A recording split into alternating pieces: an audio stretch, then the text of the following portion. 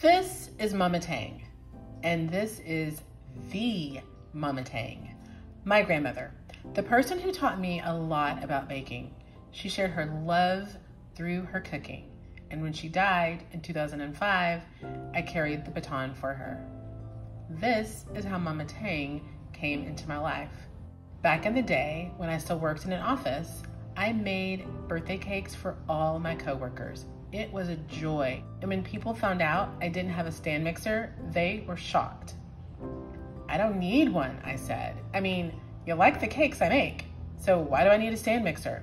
And besides, I promised myself when I get my first book published, I will use part of the money to buy a stand mixer. Well, one day, my coworkers went to a woman in the office who shops at estate sales.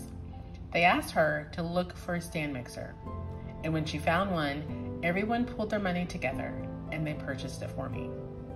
And this is me receiving Mama Tang. I cried. I cried a lot. And I laughed when I read the card that came with it because everyone's birthday was listed inside. Look at what God can do. I didn't have to get a book published. I just had to carry the baton. I just had to be me. And now this is Precious.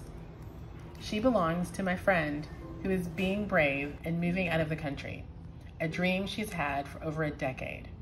Precious can't go where my friend is going because even with a converter, Precious could catch on fire.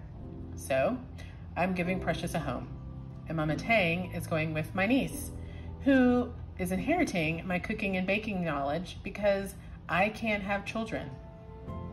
And this is the last thing I'm making with Mama Tang.